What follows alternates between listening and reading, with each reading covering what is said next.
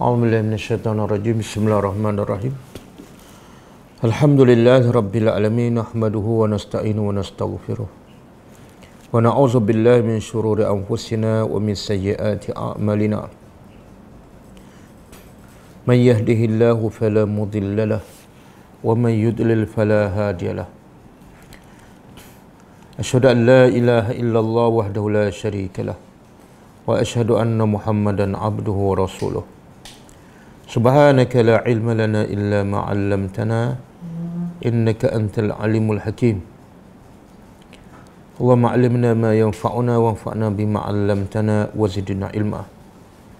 Allahumma ati anfusana taqwaha wa zakkiha anta khairu man zakkaha anta waliyuha wa maulaha. Rabbi yassir wa la tu'assir, Rabbi tammim bil khair, amma ba'du. InsyaAllah hari ini kita sambung pengajian Sirah Nabawiyah, siri yang kelima. Kita masih dalam tajuk peristiwa-peristiwa yang berlaku sebelum kelahiran Nabi Muhammad sallallahu alaihi wasallam dan selepas kelahirannya. Mana ketika Nabi masih kanak-kanak. Dan yang terakhir iaitu bagaimana dan kepada siapa Nabi disusukan. Seingat saya kita sampai situ. Antara yang menyusukan Nabi ialah Suwaibah, pembantu kepada Abu Lahab. Dan yang menyusu dengan Suwaibah juga ialah Hamzah bin Abdul Muttalib, yang merupakan pakcik Nabi dan dalam masa yang sama adalah adik-beradik susuan. Begitu juga Nabi disusukan oleh Halimah Sa'diyah di satu perkampungan yang bernama Bani Sa'ad. Dan ada yang menyebut bahawa peristiwa yang berlaku ketika Halimatus Sa'diyah dengan beberapa kawan-kawan dia pergi mencari anak ataupun bayi untuk disusukan, itu salah satu pendapatan mereka, iaitu ibu-ibu di Bani Sa'd ini pergi cari bayi untuk disusukan, kemudian mereka dapat upah. Kemudian Halimatus Sa'diyah bagi tahu masa sampai kat Mekah, kawan-kawan dia semua dah dapat bayi untuk disusukan. Dan bila diberi Nabi Muhammad kepada wanita-wanita untuk disusukan, semua menolak. Semua tak nak Nabi Muhammad. Sebab apa? Sebab dia anak yatim. Bila anak yatim tak ada bapa, bila tak ada bapa tak dapat upah. Jadi semua tolak. Dan ditakdirkan Allah, Halimatus Sa'diyah dia tak dapat mana-mana bayi untuk disusukan. Jadi dia tak ada pilihan daripada dia balik tangan kosong. Orang kata apalah, balik-balik jauh tapi tak tangan kosong kan. Maka dia pun ambil juga. Dan akhirnya dia dapat yang terbaik sebenarnya. Tapi itu pun cerita itu pun ada yang mengatakan ia tidak sahih. Ada mengatakan ia tidak sahih.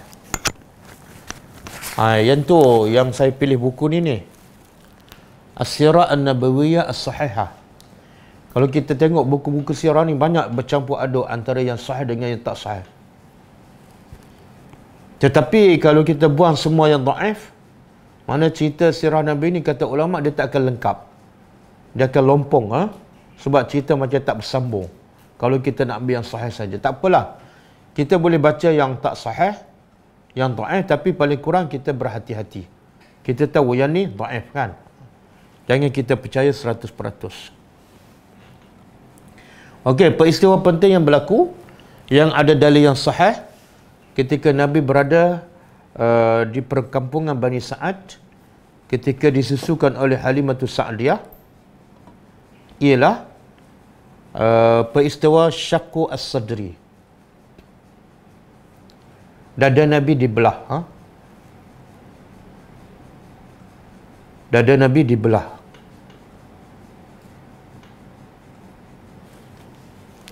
Kata penulis buku ni, qala al-musannif rahimahullah, waqa'at ahdatsu syaqqi sadri Nabi SAW wa ghaslihi wa la'mihi marrataini. Berlaku peristiwa dada Nabi dibelah 2 kali. Dada Nabi dibelah, kemudian dibasuh, dicuci, kemudian dijahit semula sebanyak 2 kali. Al-ula indama kana tiflan fi ar-rabi'ati min umrihi. Peristiwa pertama berlaku ketika dia kanak-kanak dan umurnya 4 tahun.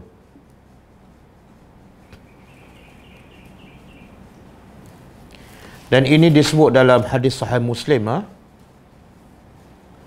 Disebut dalam hadis sahih riwayat Muslim.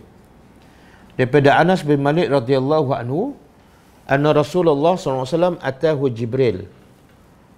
Daripada Anas bin Malik, sesungguhnya Rasulullah ketika dia kanak-kanak, dia menceritakan datang kepadanya malaikat Jibril alaihissalam, wa huwa yal'abu ma'al ghilman. Ketika itu dia sedang bermain bersama ghilman ni budak-budak. Kalau seorang ghulam, kalau ramai ghilman. Maka ketika itu kata Nabi, Jibril mengambilnya dan membaringkannya. Lalu fasyaqqa ala qalbihi, Jibril membelah dadanya dan mengeluarkan hatinya. Ini semua dengan izin Allah. Walaupun masa tu tidak ada doktor pakar, tidak ada bilik pembedahan dan tidak ada peralatan yang lengkap, tapi dengan izin Allah pembedahan berlaku pada Nabi dengan selamat. Bahkan lebih selamat lagi daripada apa yang berlaku di zaman kita sekarang. Kadang-kadang masuk bilik bedah tak selamat kan. Kadang-kadang tertinggal jarum, kadang-kadang tertinggal gunting kan. Dan Nabi dibedah di mana ni? Bukan di rumah, bukan di bilik pembedah, di tepi jalan je. Kemudian bila dibedah, fastakhraja al-qalb. Mereka Jibril mengeluarkan hati Nabi. Jadi hati ni di dada, hati di dada. Fastakhraja minhu alaqah. Daripada hati itu dikeluarkan satu alaqah, satu benda yang ada bersama hati. Dan kata Nabi, haza hazuz syaitan. Yang dikeluarkan daripada hati itu adalah bahagian syaitan, ataupun tepat syaitan merosakkan hati manusia. Maka bahagian itu dibuang. Semua ghasalahu. Kemudian Jibril membasuh hati hati Nabi SAW fi tastin min zahabin, dalam bekas daripada emas. Dan dibasuh dengan apa? Bima'iz zamzam, dengan air zam-zam. Summa la'amahu. Kemudian Jibril masukkan balik hati ke dalam dada Nabi, kemudian ditangkupkan semula, kemudian dijahit. Summa a'adahu fi makanihi. Kemudian Jibril mengambil Nabi dan membawa tempat asalnya. Kemudian lepas tu datanglah budak-budak. Masa Jibril datang, budak-budak yang bermain bersama Nabi semua lari. Kemudian lepas selesai pembedahan itu, budak-budak bersegera pergi pada mak Nabi, iaitu Halimatus Sa'diyah, mak susuan. Lalu mereka memberitahu kepada Halimah, inna Muhammadan qad qutil. Sesungguhnya Muhammad telah dibunuh. Sebab dia nampak bila dada Nabi dibelah tu, mana macam dibunuh lah. Fastaqbaluhu. Maka semua pakat datang tempat Nabi Muhammad. Tapi ketika itu nampak Nabi Muhammad hidup, tetapi wahwa muntaqi'u al-laun, muka dia dah pucat, baru lepas pembedahan. Qala Anas, kata Anas yang meriwayatkan hadis ni, wa qad kuntu ara athar al-makhit fi sadrihi. Aku sendiri melihat kesan jahitan di dada Nabi. Makna Anas tengok Nabi ni bila? Ketika Nabi dah besar lah, ketika Nabi dah dilantik sebagai Rasul. Sedangkan pembedahan ni berlaku ketika umur Nabi 4 tahun. Tapi walaupun masa jarak yang lama, tapi kesan jahit tu masih ada dan Anas nampak. Okey, kenapa dada Nabi dibedah daripada kecil lagi? Ini kali pertama. Kali kedua, sebagaimana kita tahu, iaitu ketika malam Isra' dan Mi'raj. Iaitu ketika hampir dekat dengan waktu Nabi nak berhijrah ke Madinah Al-Munawwarah.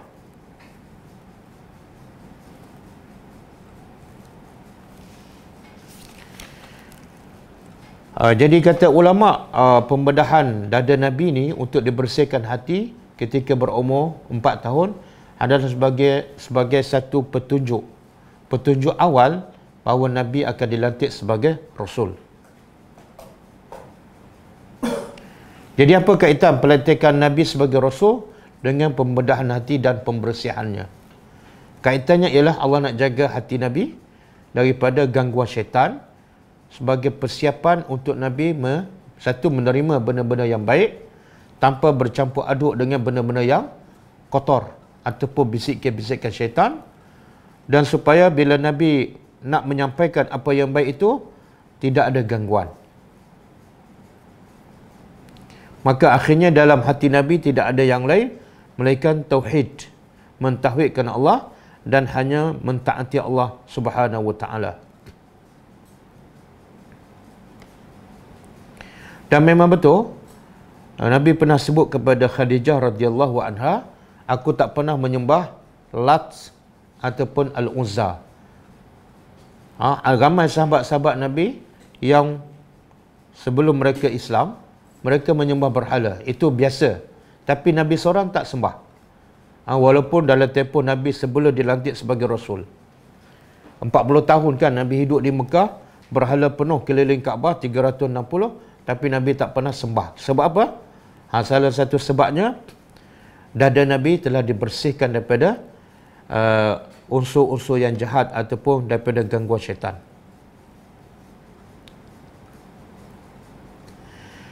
Dan juga Nabi beritahu antara sebab musabab Nabi dilantik sebagai Rasul selain pada proses yang disebut tadi ialah sebab doa Nabi Ibrahim AS. Nabi begitu dalam hadis, aku menjadi Rasul ni salah satu kesan doa mustajab daripada Nabi Ibrahim AS.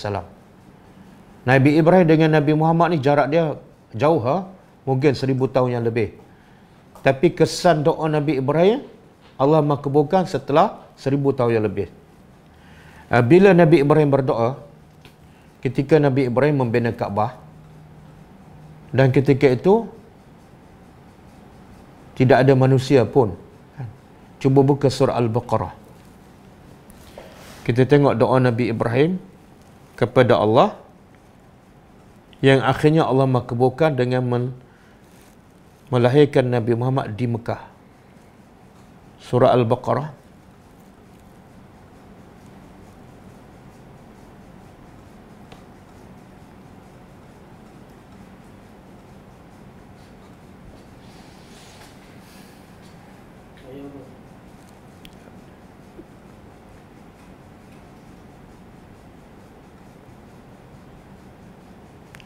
Ayat 129. 129.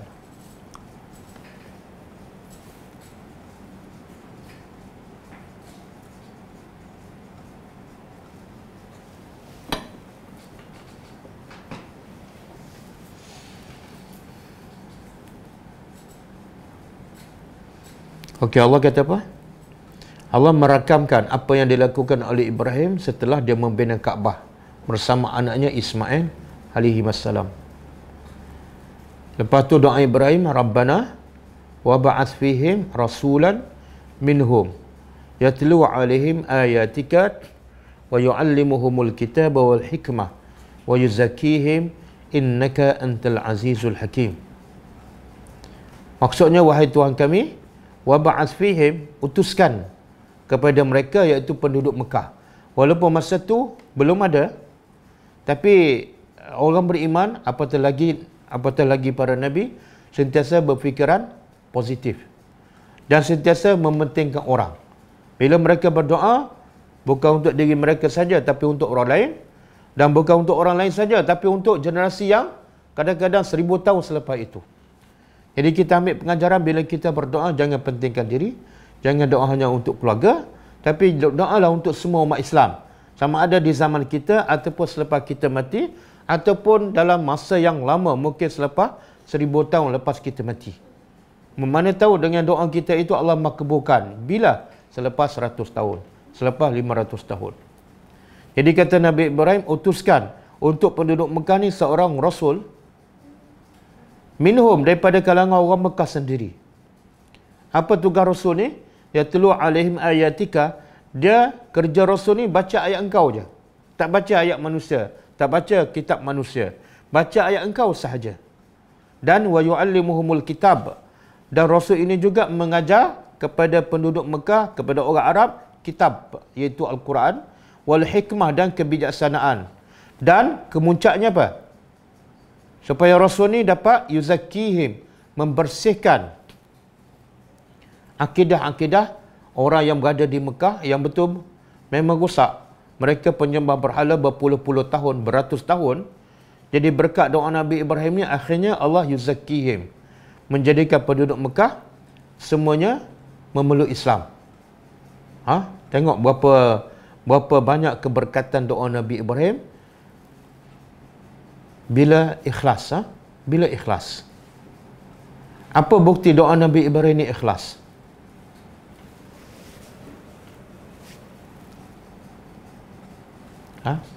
Apa bukti doa Nabi Ibrahim ni betul-betul ikhlas kerana Allah?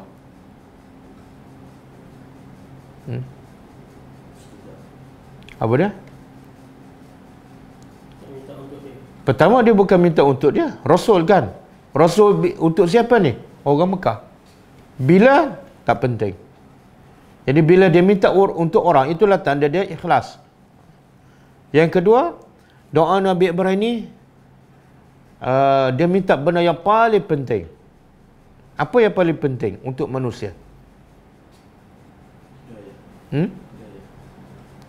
Yang paling penting ialah yang membawa manusia supaya kenal Allah. Kan? Caranya apa? Rasul. Mesti ada Rasul. Tanpa Rasul, manusia tak mungkin dapat hidayat.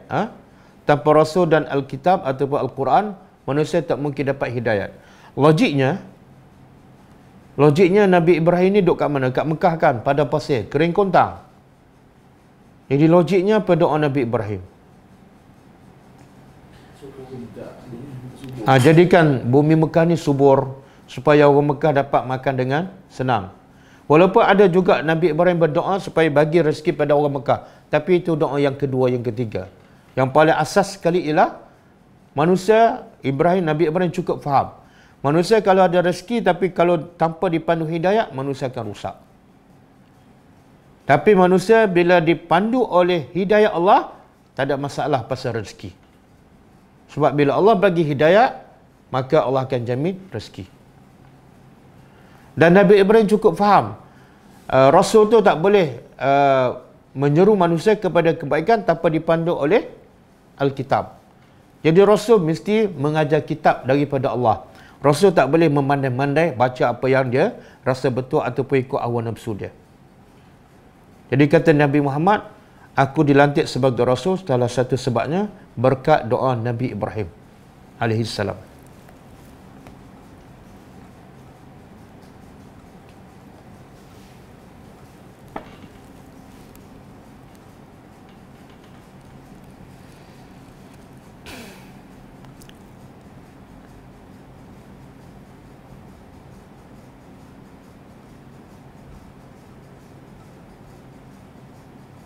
Okey. Jadi hikmah Allah membedah dada Nabi melalui Jibril itu daripada kecil supaya apa? Supaya Allah nak lindungi Nabi daripada buat perkara-perkara yang membawa kepada kekufuran ataupun yang menyebabkan menjejaskan imej seorang Nabi yang menjadi penghalang untuk orang terima dakwah Nabi. Itu penting ya. Jadi pengajaran untuk kita apa dia? Pengajaran untuk kita ialah bila kita nak sampaikan dakwah, yang paling asas sekali apa dia? Bila kita nak sampaikan dakwah pada orang, keluarga ke, kawan ke, jiran ke, ataupun orang awam, yang paling penting, yang paling asas ialah kita pastikan hati kita bersih dan akhlak kita mulia. Sebab penghalang besar orang tak terima dakwah bukan mereka tak faham Al-Quran, Tapi penghalang besar ialah mereka tak nampak akhlak Al-Quran kepada orang yang berdakwah tu. Kadang-kadang orang yang berdakwah cakap lain tapi tengok akhlaknya berlawanan. Maka itu menjadi penghalang. Sebab tu Allah jaga Nabi daripada kecil lagi. Jangan buat benda yang orang boleh attack Nabi. Sebab tu orang musyrikin tak ada satu benda pun yang boleh dia komen pasal peribadi Nabi. Nabi ni tak amanah lah, Nabi pemalas lah, Nabi malah bekerja lah. Langsung tak ada. Sebab Allah jaga daripada kecil. Yang orang musyrik komen pasal Nabi apa dia? Yang tak ada pada Nabi, apa dia? Tukang sihir, gila kan? Nak kata Nabi ni penipu ke, tak boleh harap, tak boleh percaya, langsung tak ada. Sebab Allah jaga daripada kecil. Jadi kita sebagai pendakwah, jagalah hati kita daripada sifat-sifat mazmumah, jagalah akhlak kita daripada akhlak yang buruk, yang kadang-kadang menjadi penghalang untuk orang terima dakwah kita. Termasuklah kita sebagai suami ke, sebagai bapa ke, sebagai guru sekolah ke, pelajar kita, anak kita tak akan ikut kita kalau kita sendiri cakap tak serupa bikin. Okey. Itu pembedahan yang pertama. Pembedahan yang kedua ialah ketika malam Isra dan Mi'raj. Kita akan sebut bila sampai tajuk tu. Sebab sekarang kita di fasa Nabi ketika umur kanak-kanak. Okey, lepas tu kemudian setelah berlaku peristiwa ini, kata penulis buku, laqad adat hadhil hadisa ila i'adatir rasul sallallahu alaihi wasallam ila ummi Aminah wa jaddihi Abdul Muttalib lianna Halimah khafat alaihi wa raghibat fi inha'i mas'uliyatiha anhu raghma hubbiha lahu wa ta'alluqiha bihi. Selepas berlaku peristiwa ni, Nabi dipulangkan kepada maknya Aminah di Mekah. Apa sebab? Sebab Halimah dah rasa takut. Sebab dia tak pernah berlaku peristiwa macam ni kan. Dia menyusukan budak, tiba-tiba budak tu pengsan, dibedah hatinya. Dia takut berlaku apa-apa lagi, sedangkan dia sebagai orang yang diberi tanggungjawab. Maka dia pun hantar terus balik Nabi kepada mak je. Walaupun Halimah ni sangat sayang kepada Nabi. Okey, kemudian kata Ibnu Abbas, ketika Nabi dipulang balik pada maknya, umurnya, ada mengatakan umurnya al-khamisah min umrihi, umur 5 tahun. Ada mengatakan ketika umurnya 6 tahun. Jadi berapa tahun lebih kurang Nabi berada di sisi Halimah As-Sa'diyah? Lebih kurang 2 tahun. Masa dihantar umur 4 tahun, masa dipulangkan umur 6 tahun, lebih kurang 2 tahun. Kemudian lepas tu peristiwa yang seterusnya berlaku ialah ketika Nabi dipulangkan ke Mekah, umurnya 6 tahun. Ada pendapat juga mengatakan 5 tahun. Okey, setelah dipulangkan kepada maknya, dan ketika Nabi sampai umur 6 tahun, mak dia pula meninggal. Maknya Aminah meninggal. Di mana ni? Di satu tempat nama dia Abwa'. Abwa' ni perjalanan antara Mekah dengan Madinah. Aminah ni diutuskan, dihantar oleh pakcik-pakcik dia daripada Bani Adi bin Najjar untuk buat urusan. Salah satunya bantu mereka untuk berniaga. Jadi bila Aminah pergi ke Madinah, dalam perjalanan balik daripada Madinah ke Mekah, dia meninggal di pertengah jalan di tempat yang bernama Abwa'. Dan masa tu katanya umur Nabi umur 6 tahun.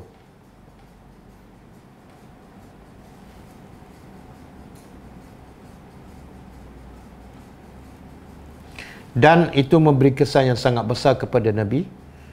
Apabila dia lahir, bapa tak ada, tak pernah nampak bapa. Dan ketika umur 6 tahun pula ibunya meninggal, kehilangan tempat berkasih sayang. Apa faedah ataupun apa hikmah yang paling besar? Allah mewafatkan mak Nabi ketika umur 8 tahun ataupun 6 tahun. Apa faedah paling besar? Walaupun selepas tu yang menjaga Nabi ialah pakciknya Abdul Muttalib kan. Dan pakcik dia dengan Nabi. Nabi adalah sebagai cucu. Tapi dia jaga Nabi Muhammad tu macam macam dia jaga anak dia sendiri. Diceritakan Abdul Muttalib ni ada satu tempat yang dia duduk, anak anda dia tak akan duduk. Sebab memuliakan Abdul Muttalib. Tapi bila Nabi yang duduk kat situ, Nabi ni cucu. Anak-anak Abdul Muttalib siapa dia? Al-Abbas, Abu Lahab, kan? Anak-anak dia duduk tempat Abdul Muttalib tak bagi. Dan itu macam melanggar adat lah. Tapi bila Nabi Muhammad, cucu dia duduk, dia biarkan. Sehingga kan anak-anak dia, iaitu pakcik kepada Nabi, larang. Jangan duduk tempat atuk kamu. Tapi Abdul Muttalib kata, biarkan dia. Menunjukkan bahawa Abdul Muttalib ini sangat sayang kepada Nabi. Sangat sayang kepada Nabi. Tapi sebenarnya, kasih atuk tak mungkin sama dengan kasih seorang ibu dan bapa. Jadi apa hikmah Allah menjadikan Nabi ini yatim? Ketika mula dilahirkan, kemudian ketika umur 6 tahun, diwafatkan ibunya. Hikmah paling besar ialah, sebagaimana kita pernah sebut sebelum ni, iaitu Allah nak Nabi bergantung sepenuhnya kepada Allah Subhanahu Wa Taala. Sebab Nabi ni akan menjalankan satu tanggungjawab yang sangat besar dan berat. Qaulan thaqila. Jadi bila Nabi nak laksanakan tanggungjawab yang sangat besar dan berat, tanggungjawab Nabi yang menyebabkan orang Arab akan memerangi Nabi. Satu tanah Arab akan berperang dengan Nabi. Maka Allah nak Nabi hanya bergantung kepada Allah sahaja. Caranya apa? Caranya pertama, Allah matikan bapaknya ketika Nabi masih dalam kandungan. Dan yang kedua, Allah matikan maknya ketika Nabi masih kanak-kanak.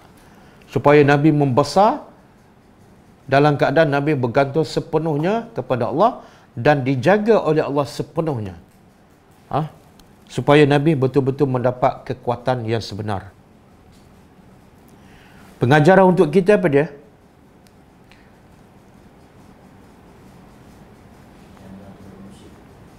Apa dia? Jangan bergantung pada manusia. Sebab apa?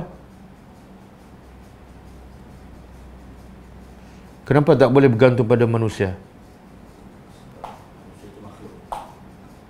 Manusia makhluk. Kemudian kalau makhluk, kenapa tak boleh bergantung?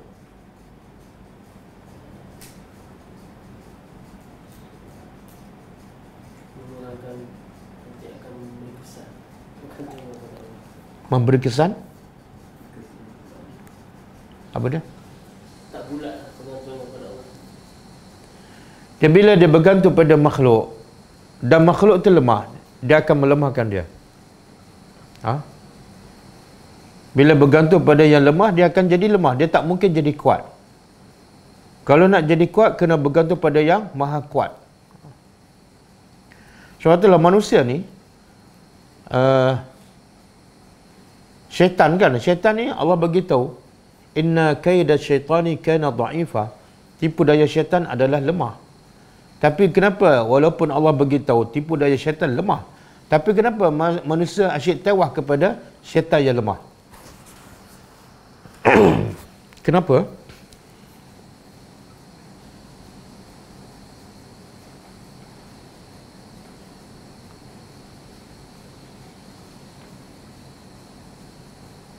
Bergantung kepada Allah.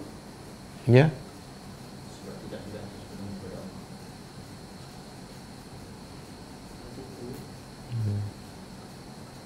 Dia manusia pun lemah kan?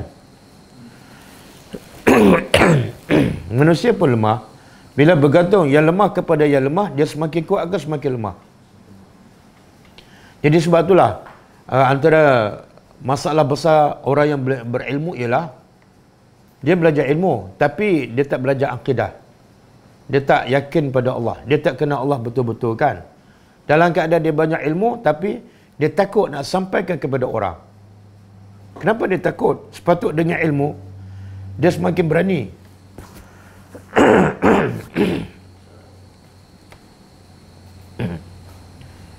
Sepatut dengan berilmu dia semakin berani.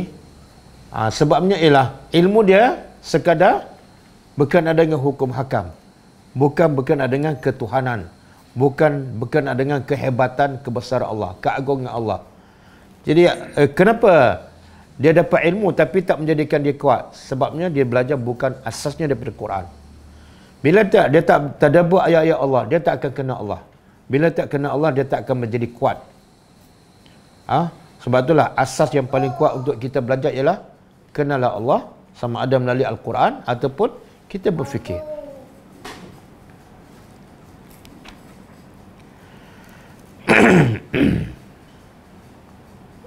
Okey. Lepas Aminah meninggal, Nabi dijaga oleh pakciknya iaitu Abdul Muttalib ketika umur 6 tahun kan. Lepas tu ditakdirkan Allah, Abdul Muttalib pula meninggal ketika Nabi berumur 8 tahun. Atuk dia meninggal, Abdul Muttalib, ketika Nabi berumur 8 tahun. Kemudian lepas atuk dia meninggal, maka Nabi dijaga oleh pakciknya Abu Talib.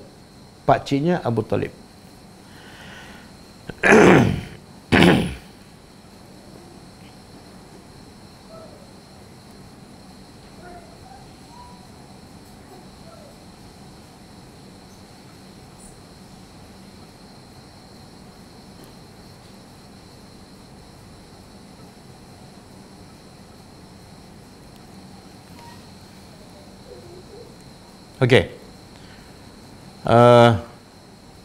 Yang ni yang Allah sebut dalam surah apa ni? Allah menjadikan Nabi yatim, tidak ada mak bapak, tapi Allah menjaganya. Salah satu bentuk penjagaan Allah kepada Nabi ketika Nabi yatim ialah melalui atuk dia. Yang pertama Abdul Muttalib, yang kedua pakciknya Abu Talib, iaitu Allah sebut dalam surah Ad-Duha kan, alam yajidka yatiman fa'awa. Allah kata pada Nabi, bukankah Allah tu mendapati engkau dalam keadaan anak yatim, fa'awa, lalu Allah menjaga kamu. Termasuklah bentuk penjagaan Allah ialah Allah jadikan atuknya Abdul Muttalib lembut hati dan sayang pada Nabi. Kadang-kadang lebih sayang daripada anak mereka sendiri. Kemudian bila atuknya meninggal, Allah jadikan pula kasih sayang itu dalam hati pakciknya Abu Talib. Sehingga Abu Talib ni terkenal dengan anak ramai, kemudian miskin. Tapi dia menjaga Nabi seperti menjaga anaknya sendiri.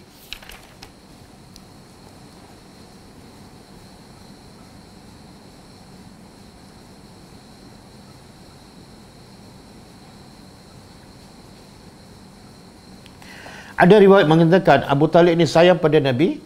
Dia pernah bawa Nabi berniaga bersamanya ke Syam. Itu antara salah satu tanda sayangnya Abu Talib kepada Nabi. Bila dia pergi berniaga ke Syam, dia bawa Nabi bersama. Okey. Dalam tempoh ni, ketika Nabi bersama Abu Talib, apa kerja Nabi? Apa kerja Nabi? Bela kambing.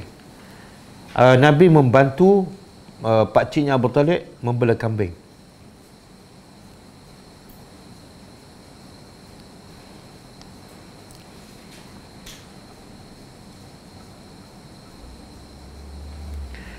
Okey, kerana Abu Talib mukilan fir rizki. Abu Talib ni orang miskin, rezeki dia tak banyak, tapi anak ramai.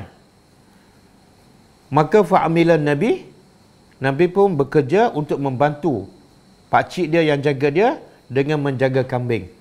Kambing milik pakciknya. Dan Nabi sendiri beritahu tidak ada para Nabi melainkan hampir semua membela kambing dalam satu hadis. Hadis yang sahih, qala Rasulullah sallallahu alaihi wasallam, ma ba'asallahu nabiyyan ila ra'a al-ghanam. Tidak ada seorang pun Nabi yang Allah utuskan melainkan dia membela ghanam, kambing. Jadi apa hikmah? Apa hikmah? Bukan Nabi Muhammad je bela kambing. Kalau ikut hadis ni, semua para Nabi adalah asalnya membela kambing. Dan Nabi Daud AS kerja apa? Tukang besi. Walaupun dia ada kerajaan, tapi diceritakan ketika dia menjadi raja pun dia tetap bekerja sebagai tukang besi. Jadi apa hikmah semua ni? Allah menjadikan para nabi asalnya membela kambing.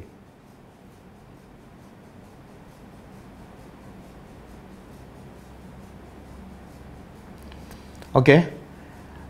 Ini antara faedah ataupun hikmah kenapa Allah jadikan Nabi Muhammad bela kambing. Allah boleh tak nak jadikan Nabi ni walaupun dia anak yatim dan pakcik dia dah mati, atuk dia pun mati, Allah boleh tak nak bagi kekayaan pada Nabi?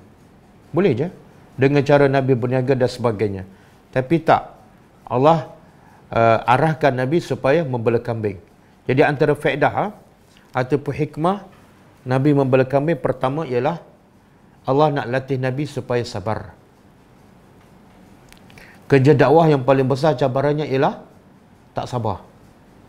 Sebab apa? Bila berdakwah tidak ada para nabi melainkan bila sampai je dakwah mesti akan ditentang oleh kaum dia. Akan dicaci oleh kaum dia. Jadi senjata paling kuat untuk menghadapi tentangan kaum mereka ialah sabar. Kalau tanpa sabar, dakwah tak akan berjalan. Bahkan Allah perintah pada Nabi, wasbir ala ma yaquluna wahjurhum hajaran jamila. Di peringkat awal lagi Allah dah pesan pada Nabi, bangun malam untuk apa ni? Salah satu tujuan supaya kamu sabar untuk menghadapi kata nista daripada musuh. Macam mana Allah nak jadikan Nabi ni seorang yang sabar? Ini belum dilantik sebagai rasul. Tapi sebagai persiapan ketika menyampaikan dakwah, Nabi perlu pada kesabaran yang luar biasa. Maka Allah didik Nabi supaya sabar melalui apa dah? Bela kambing. Macam mana bela kambing boleh jadi sabar?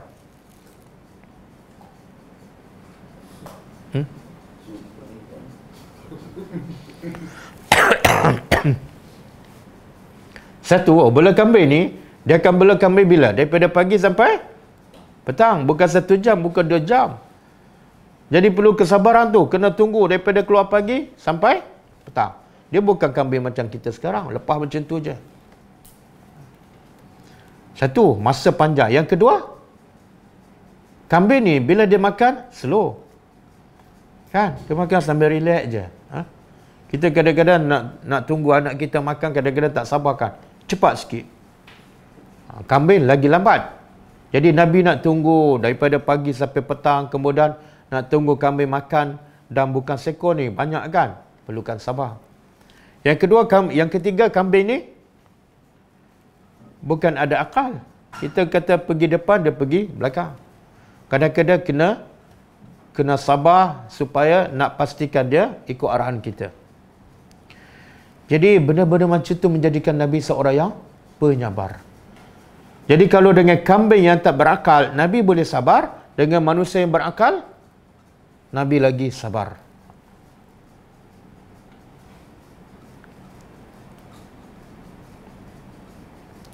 Dan Nabi ni bela kambing di mana ni? Di Mekah ke New Zealand? Mekah ni tanah padang pasir, cuaca panas. Nak duduk pula pagi sampai petang. Bukan ada pokok. Kan kalau kita bela kambing tempat kita, kalau panas boleh duduk bawah pokok kan. Kadang-kadang ada bansal. Di Mekah tak ada. Jadi daripada pagi sampai petang duduk tengah hari, panas, kemudian pokok pun tak ada, tempat berteduh pun tak ada. Lagi menjadikan Nabi seorang yang sabar. Kemudian air bukan senang. Nak cari air, nak bagi ke kambing, nak angkut, ya Allah. Bukan macam sekarang kan, kadang-kadang tempat kambing makan tu ada perigi kan. Kadang-kadang kambing beranak kan. Kita boleh tak nak uruskan isteri kita melahirkan anak? Tak boleh. Kan? Itu kerja siapa tu? Mula-mula kerja bidan ataupun kerja hospital. Lepas tu kerja siapa? Mak mentua kita lah. Kan? Kita ada buat apa? Kita duduk sembah kat luar. Lepas tu kalau anak menangis pun. Jadi Nabi nak uruskan kambing melahirkan, kemudian nak sampai besar, itu perlu pada kesabaran. Kadang-kadang kambing sakit kan, kadang-kadang kaki kambing patah. Semua tu perlu pada kesabaran yang luar biasa. Sebab tu tak heran, orang maki Nabi, Nabi boleh senyum. Orang baling batu pada Nabi, Nabi boleh berdoa. Sebab apa? Latihan daripada kecil. Latihan daripada kecil. Kita tahu sambut maulidin Nabi kan. Tapi kita tak sabar kan. Bila orang marah je, kita tak sabar. Okey, yang kedua, kesan hikmah Nabi bela kambing daripada kecil ialah tawaduk. Sentiasa merendah diri. Ini penting ni. Akhlak seorang pendakwah. Okey, macam mana ni? Daripada bela kambing menjadikan orang tu rendah diri. Tidak sombong. Macam mana? You know? Jadi ramai orang sombong sekarang kan? Tahu tak apa punca? Tak, sebab dia tak bela kambing daripada kecil. Macam mana? Bela kambing jadi semakin tawaduk.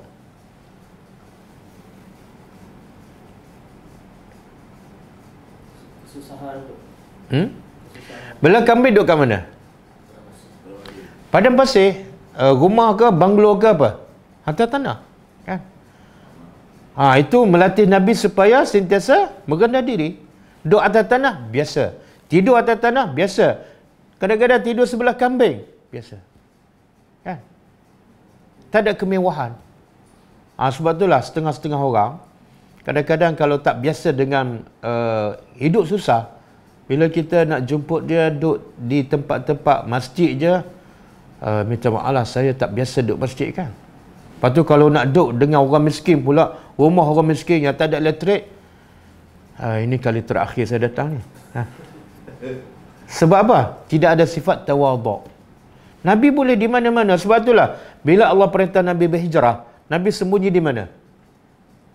Dalam gua berapa hari? 3 hari 3 malam duduk dalam gua. Cuba bayangkan orang paling mulia duduk dalam gua, elektrik tak ada, makanan tak ada, peti ais tak ada, tanda pun tak ada, 3 hari. Siapa sanggup? Cuba panggil ustaz yang biasa ceramah Kuala Lumpur, duduk hotel 3 bintang, 4 bintang kan. Pergi berdakwah kat sana, rumah duduk dalam gua. Tak payahlah 3 hari 3 malam, 1 malam je. Ataupun duduk rumah orang Pulau Mega kan, yang tak ada elektrik tu, 1 malam je. Elektrik tak ada, air tak ada, tandas tak ada. Ni Nabi macam mana boleh tawadukkan? Rumah Nabi pun sempit je, walaupun dia ketua negara. Kenapa Nabi boleh hadapi? Sebab proses daripada kecil lagi. Kamu duduk kat sini, tidur kat mana? Atas pasir. Sebelah apa? Sebelah kambing. Kalau kambing beranak, kamu jaga. Jaga kambing, bukan kambing jaga Nabi.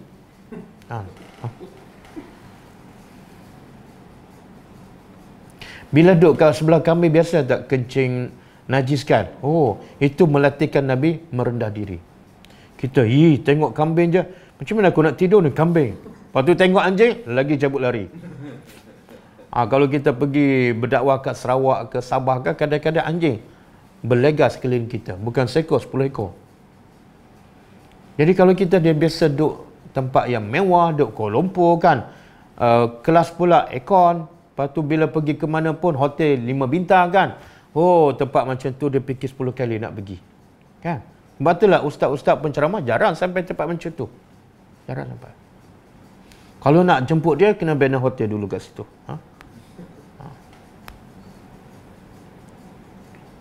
Dan Nabi pesankan dalam hadis sahih riwayat Muslim, la yadkhulu al-jannah man kana fi qalbihi misqala dzarratin min kibrin. Tak akan masuk syurga sesiapa yang ada dalam hatinya sebesar zarah daripada kibrin, sombong. Bila kita tak boleh duduk bersama orang miskin, sombong. Sebab itulah Nabi biasa tak duduk bersama orang miskin. Ya. Ahli sufah yang duduk ke masjid Nabi kan, 70 orang lebih kan. Nabi biasa duduk bersama mereka, bergaul dengan mereka. Nabi bagi makan orang miskin, ya Allah. Allah kata apa pada Nabi? Wasbir nafsaka ma'allazina yad'u rabbahum bil ghadati. Sabar diri kamu duduk bersama siapa? Orang miskin.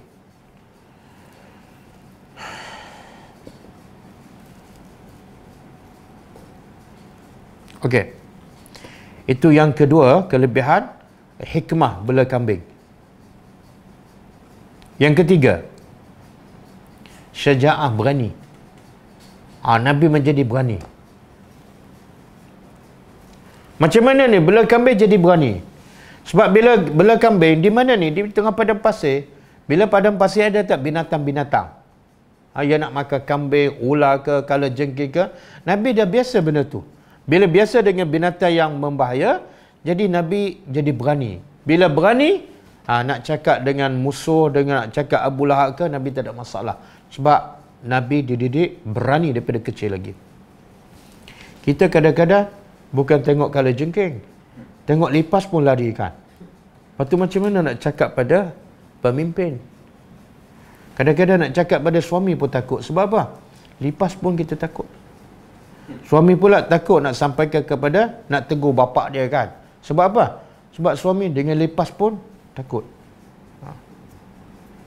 Nampak lipas dia spray kan. Yang keempat, hikmah yang keempat, ini penting.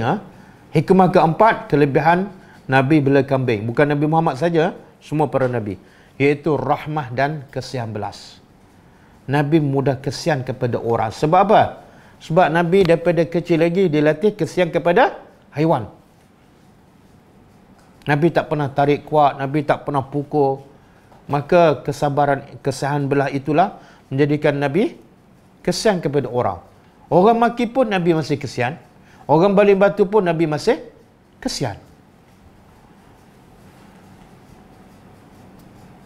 Dan kita ni susah nak ada perasaan kesian, betul tak?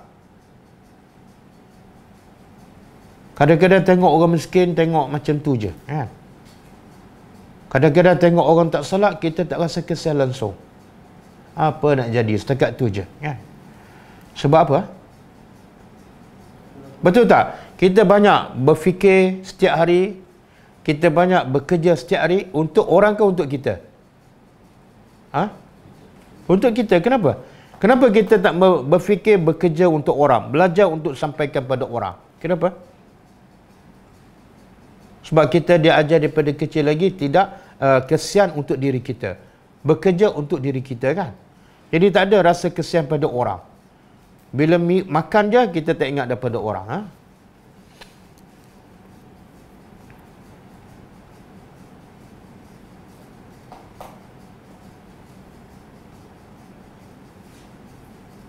Contoh kalau kambing tu sakit, Nabi kesian, Nabi duduk, Nabi rawat. Kalau patah kaki ke, Nabi kesian, Nabi duduk, Nabi rawat. Maka siapa yang kesian kepada haiwan, maka dia akan lebih kesian kepada manusia. Dan sebaliknya, siapa tak kesian kepada binatang, sebenarnya dia juga tak akan kesian kepada manusia. Sebab itulah ramai, ada tak hadis yang menceritakan ada wanita masuk syurga sebab kesian pada binatang je. Ada kan? Ya. Yang pelacur kesian pada anjing. Ada hadis mengatakan ada wanita masuk syurga sebab kucing. Dan ada juga wanita masuk neraka sebab kucing juga. Sebab tidak rahmat pada haiwan, maka kepada manusia lagilah tidak rahmat.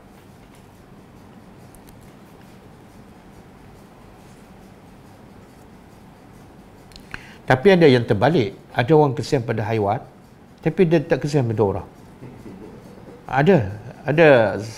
Ada seorang beritahu saya, keluarga dia lah, sampai ketua ada pencen dah. Dia bela kucing berpuluh ekor, dia bagi makan kucing habis beribu-ribu setiap bulan. Tapi pada anak dia maki, dia marah apa semua. Dia beli ikan-ikan yang mahal-mahal pada kucing. Tapi pada orang dia tak kesian. Itu makna dia bukan buat kesian pada binatang kerana Allah, tapi dia kesian pada binatang kerana hobi dia. Bila kerana hobi, dia tak akan kesian pada orang. Okey, yang kelima, kelebihan membela kambing, iaitu suka bekerja sendiri dan hasil titik peluh sendiri.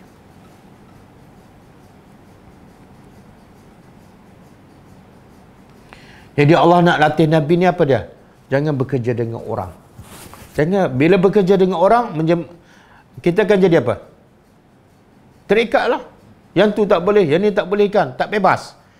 Maka sifat dakwah dia mesti bebas, tak boleh terikat. Maka Allah nak didik Nabi jangan terikat. Maka Allah latih Nabi daripada kecil lagi apa dia? Cari makan sendiri. Apa dia? Bela kambing. Bela kami adalah salah satu usaha untuk cari makan tanpa bergantung pada orang.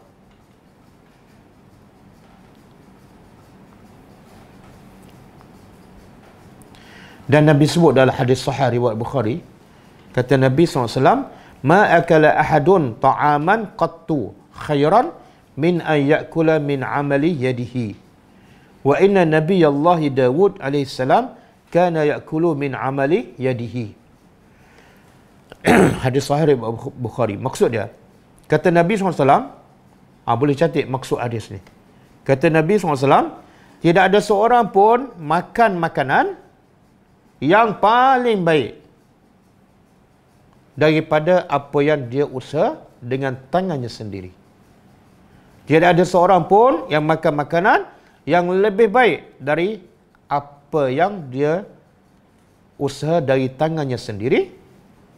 Dan kata Nabi lagi, sesungguhnya Nabi Allah Daud makan daripada kerja usaha tangannya sendiri, walaupun dia ada kerajaan. Boleh faham? Itu fakta tu. Nabi Daud ada kerajaan tak? Diwarisi daripada siapa? Daripada? Tak, Nabi Daud mewarisi kerajaan daripada siapa? Daripada siapa? Wallahu a'lam. Anak dia Sulaiman warisi daripada dia kan. Jadi Nabi Sulaiman ada kerajaan, tapi dia tetap bekerja sendiri, iaitu tukang besi. Mulianya orang yang bekerja. Kenapa ni? Kalau kamu dah ada kerajaan, ambil daripada allowance kan? Allowance kan banyak kan? Allowance rumah, allowance kereta kan? Rotate free kan? Tak. Sebab dia faham rezeki yang paling baik, yang paling berkat ialah hasil daripada usaha sendiri. Dan kata penulis ni, bergantung kepada usaha sendiri yang halal menjadikan manusia apa dah? Bebas, merdeka. Dan sebaliknya, bila kita terikat dengan orang, bekerja dengan orang, menjadikan kita terikat. Kan? Nak cakap tu tak boleh, nak cakap ni pun tak boleh, walaupun terang-terang bercanggah dengan Islam. Sebab apa? Sebab kebergantungan kita pada orang.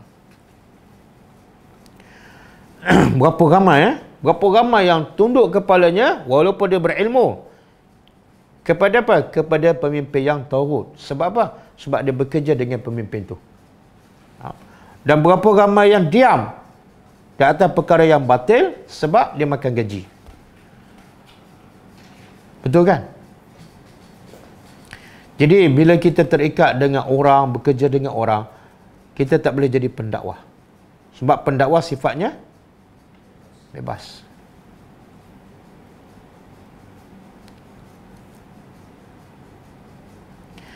Dan saya nak sentuh juga, kenapa orang kita suka bekerja dengan kerajaan?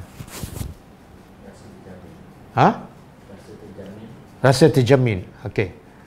Kenapa rasa terjamin? Gaji tetap. Kerajaan pun ada duit kan. Kemudian ada EPF kan. Ada jaminan banyak kan.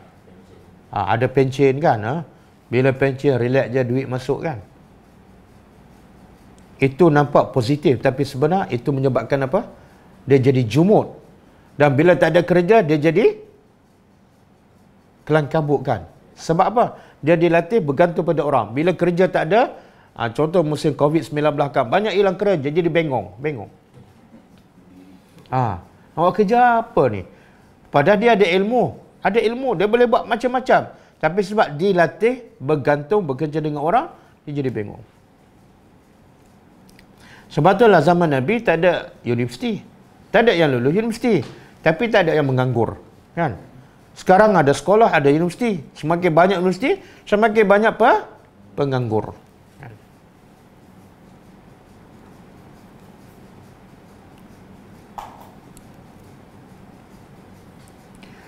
Okey. Yang keberapa tadi? Okey, yang kelima. Cukup. Jadi minta maaf, bukan batuk tu. Jadi sifat-sifat ni penting tak? Pertama sabar. Yang kedua tawaduk, rendah diri. Yang ketiga berani kan? Yang keempat ke-19. Yang kelima lima sifat ni ciri-ciri utama pendakwah. Kalau tak ada 5 sifat ni memang dakwah akan gagal. Berapa ramai yang berceramah menyampaikan tapi tak sabar kan? Berapa ramai yang ceramah tapi tidak ada sifat rendah diri. Hanya nak bila dibayar, tempat pula yang terbaik kan? Maka dakwah tak akan sampai di kawasan orang miskin kan? Berapa ramai yang berdakwah tapi tidak ada rahmat kepada orang miskin. Dia fokus pada orang yang berduit saja. Jadi akhirnya yang rugi ialah siapa? Yang rugi pertama pendakwah tu sendiri. Yang kedua yang jadi mangsa ialah orang ramai. Orang ramai. Bila tidak ada sifat ni. Jadi semoga kita dah jadi ustaz ke, baru nak jadi ustaz ke, baru jadi pelajar ke, pastikan 5 sifat ni ada pada kita. Dan tak perlu kita bela kambing. Jangan pula lepas ni berhenti belajar pergi bela kambing. Kenapa nak cari 5 sifat ni? Tak mestinya. Tak mestinya. Okey. Peristiwa seterusnya ialah penjagaan Allah terhadap Nabi daripada kecil. Ataupun sebelum Nabi diutuskan sebagai Rasul. Allah jaga walaupun sebelum tu Nabi belum lagi dilantik sebagai Nabi ataupun Rasul. Apa dia? Yang saya sebut juga tadi, iaitu Allah jaga Nabi daripada menyembah berhala, daripada leka dengan orang-orang muda. Termasuklah peristiwa ni kita biasa dengar kan. Nabi kadang-kadang dia bela kambing, dia boring kan. Dia pun nak pergi dengar hiburan. Dia pesan pada seseorang, tolong jaga kambing, aku nak pergi ke tempat orang muda lah. Ke mana ni? Mana-mana je lah. Jadi satu masa Nabi pun pergi, tengok orang ramai, tengok ketika itu ada majlis perkahwinan. Jadi Nabi nak pergi dengar kan. Itu menunjukkan Nabi adalah manusia biasa. Qul innama ana basyarun mislukum. Aku ni manusia sama dengan kamu. Kamu suka berhibur, aku pun suka. Tapi Allah jaga Nabi, bila sampai tempat tu Nabi tertidur. Sampai sedar-sedar dah cerah dah. Bangun-bangun pagi Nabi, orang tanya kamu buat apa? Aku tak tahu buat apa. Aku tak tahu. Orang lain buat apa, aku pun tak tahu. Jadi Nabi nak cuba sekali lagi, malam kedua dia pergi lagi nak dengar. Tapi bila sampai di situ, Allah jadikan Nabi tidur sampai cerah. Peristiwa ini menunjukkan apa? Allah jaga Nabi. Termasuklah bukan benda haram saja, benda yang melarakan. Dan di sini juga menunjukkan muzik ke, lagu ke, dia tak boleh dicampur adukkan dengan Al-Quran. Hati Nabi suci bersih hanya untuk Al-Quran je. Kalau dicampur dengan lagu ke muzik, dia tak masuk Quran. Quran dengan muzik tak masuk, tak ngam. Kalau masuk muzik, Quran tak masuk. Kalau masuk Quran, muzik tak boleh. Nasyid pun sama je. Nasyid pun ada muzik juga kan. Dia sebenar nasyid tu kata-kata manusia kan. Kalau orang tu dah seronok dengan kata-kata Allah, automatik dia tak suka kata-kata manusia. Mana mungkin dia suka kata Allah, tiba-tiba dia suka kata manusia. Jadi seolah kata Allah dengan kata manusia sama, tak mungkin.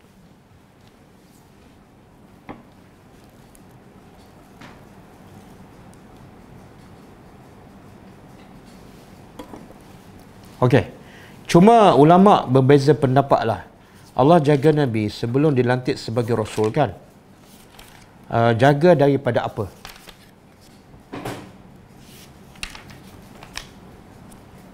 Jaga daripada apa?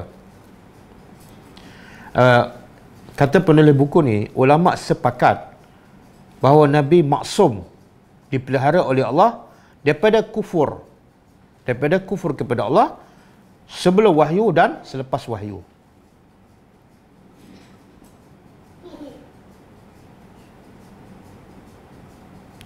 Dan Allah jaga Nabi maksum, pelihara daripada melakukan dosa besar sebelum wahyu dan selepas wahyu.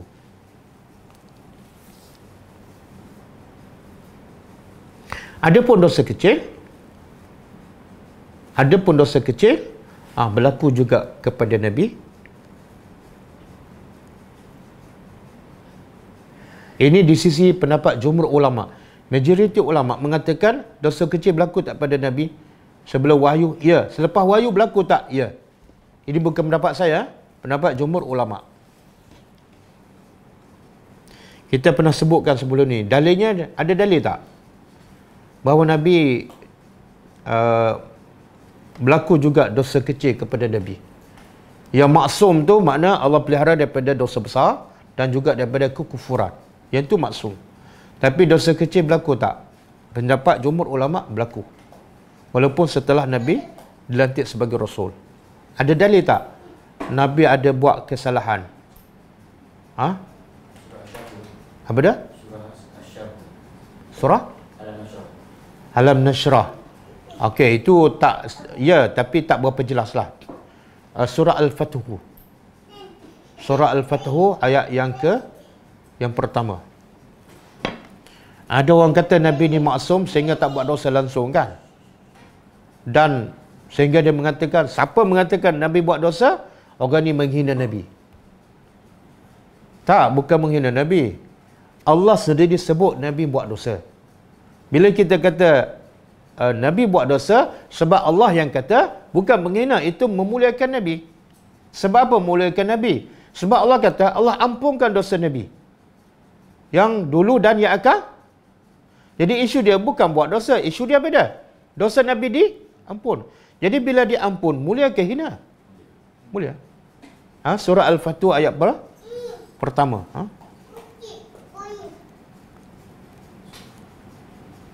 Dan juga Allah, ada tak beberapa ayat, beberapa peristiwa Allah tegur Nabi? Surah At-Tahrim, Allah kata apa pada Nabi? Ya ayuhan Nabi, lima tuharrimu ma ahallallahu laka tabghi mardata azwajika. Wahai Nabi, kenapa kamu mengharamkan apa yang Allah halalkan kepada kamu? Itu Allah tegur Nabi. Apa yang Nabi haramkan, apa yang halal. Sebab ada isteri Nabi konspirasi kan, supaya Nabi tak pergi lagi rumah isteri yang tak disukai, iaitu ada mengatakan Zainab, ada yang mengatakan Maria Al-Qibtiyah kan. Jadi Nabi pergi rumah Zainab, Nabi minum sesuatu, jadi Aisyah dengan Hafsah berpakat, kita buat sesuatu supaya Nabi jangan pergi lagi rumah tu. Apa dia? Bila Nabi masuk je, kita tutup mulut. Dan kita kata apa pada Rasulullah? Ya Rasulullah, apa ni? Kamu makan apa ni? Bau tak enak lah. Nabi kata, aku tak makan apa-apa kecuali madu je. Ni bukan madu ni, bau lain. Nabi berkata apa? Okey, lepas ni aku tak makan lagi. Sebab apa? Nak dapat redha? Makna bila Nabi kata tak makan, Nabi mengharamkan yang halal. Demi kerana Allah tegur, ya ayuhan Nabi, wahai Nabi, lima tuharrimu, kenapa kamu mengharamkan ma ahallallah, apa yang Allah halalkan, semata-mata tabghi mardata azwajika. Jadi bila kita kata Nabi berdosa berdasarkan ayat Quran, jangan kata kita menghina Nabi. Tak. Bila kamu mengatakan Nabi tak berdosa, kamu menghina Al-Quran. Kamu menafikan apa yang Allah cakap dalam Al-Quran. Dan Nabi, bila Allah kata Nabi berdosa, tapi dosa Nabi diampunkan sebelum Nabi bertaubat lagi, itu satu kemuliaan kepada Nabi. Dan juga menunjukkan Nabi adalah manusia biasa. Yang tak buat dosa langsung ni siapa? Malaikat.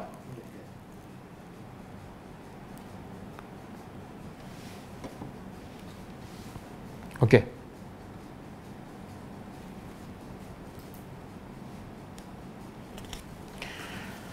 Cuma yang kisah Nabi pergi dengar muzik kan, majlis perkahwinan, ada, kalau penulis buku ni dia kata itu cerita tak sahih, cerita dhaif. Tak apalah, yang paling penting kita tahu kan sumbernya dhaif, jadi jangan kita percaya sepenuhnya. Saya takut belajar sirah ada yang dhaif tapi kita ceritakan, takut-takut termasuk dalam ancaman yang disebut oleh Rasulullah kan, man kazaba alayya muta'ammidan falyatabawwa maq'adahu minan nar. Siapa yang berdusta atas nama Rasul, maka disediakan tempatnya di dalam neraka.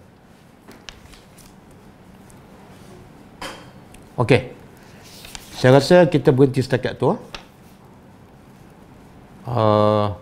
Kisah Nabi ketika kanak-kanak, Nabi berusaha sendiri bela kambing, dan bagaimana Allah memelihara Nabi daripada dosa besar, daripada kufur sebelum kenabian dan selepas kenabian. Kemudian tajuk seterusnya ialah para Nabi dahulu telah memberi berita gembira tentang kelahiran Nabi Muhammad dalam kitab-kitab dahulu. Dan juga ulama-ulama ahli kitab juga menceritakan berita gembira tentang kelahiran Nabi Muhammad sallallahu alaihi wasallam. Itu kita semua akan datang. Ada soalan ke?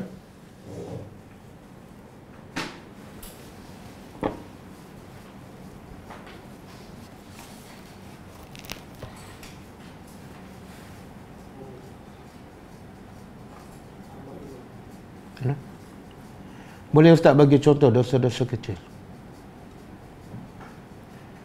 Apa ni dosa-dosa kecil Nabi? Sebenarnya ulama kata Allah tak sebut detail, Allah tak sebut spesifik dosa kecil Nabi. Jadi tak perlu kita uraikan. Yang penting Allah kata dalam surah Al-Fatih, inna fatahna laka fatahan mubina liyaghfira lakallahu ma taqaddama min zambika. Sesungguhnya kami buka pada engkau satu pembukaan yang jelas supaya Allah ampunkan dosa engkau. Jelas. Dan juga kisah bila Nabi solat malam sampai bengkak kaki kan. Aisyah tegur, kenapa ya Rasulullah kamu solat sampai bengkak kaki? Sedangkan dosa kamu telah diampunkan oleh Allah dulu dan yang akan datang. Itu kata-kata Aisyah. Sedangkan dosa kamu telah diampunkan. Bukan ke saya. Itu kata-kata Aisyah. Takkan semata-mata kita nak memuliakan Nabi, nak sucikan Nabi sampai kita menafikan hadis sahih, sampai kita menafikan ayat Al-Quran. Jadi contoh, kita tak perlu bagi contoh sebab Allah tak sebut secara spesifik.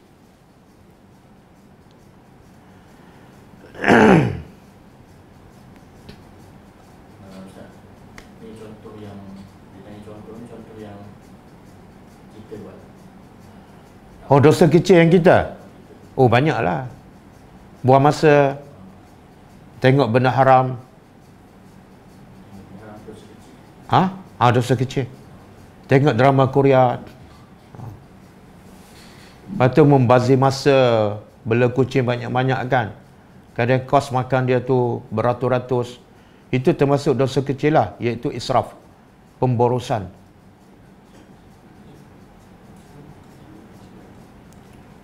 Anak saya nak bela kambing.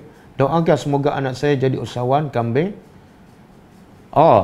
Anak kak nak bela kambing. Jadi minta apa doa supaya jadi usahawan? Tak, saya tak nak doa supaya dia jadi usahawan. Saya nak doa anak kak jadi pendakwah yang hebat. Kenapa nak jadi usahawan? Usahawan dengan pendakwah mana lebih mulia? Dia nak jadi usahawan, jadilah. Tapi di samping itu jadilah lagi baik ialah sebagai pendakwah. Berkat kesabaran bersama kambing, jadilah pendakwah. Kucing jiran. Nabi Daud dapat kerajaan dari Talut kah? Saya tak pasti dia dapat kerajaan daripada siapa. Tapi kalau ikut kisah peperangan antara Talut dengan Jalut, lepas tu Talut kalah kan? Kalau ikut kronologi itu macam Nabi Daud dapat kerajaan daripada Talut lah.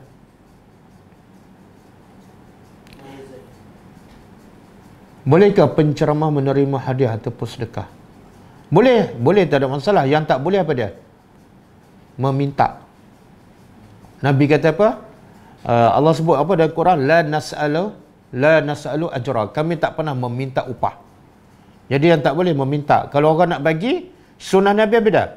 Kalau orang bagi, kita jangan tolak. Sebab apa? Bila tolak mungkin mengecilkan hati dia. Tapi jangan umumkan, siapa nak bagi, saya terima.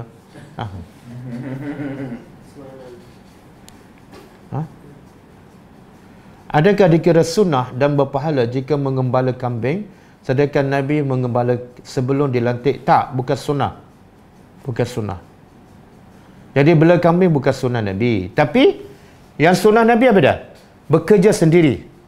Bekerja sendiri dan dapat hasil daripada titik perlu sendiri. Sama ada bela kambing, berniaga ataupun apa-apa je. Doakan untuk saya jadi pendakwah yang mempunyai 5 insya-Allah. Semoga Allah jadikan Zainul dan semua pelajar pendakwah yang mempunyai 5 sifat tadi. Kalau belajar menghafal doa zikir melalui lagu, bagaimana Ustaz? Saya pun tak tahulah, sebab orang yang hebat yang menghafal bukan melalui lagu. Dia nak menghafal ni asasnya bukan lagu, asalnya ialah hati kita bersih.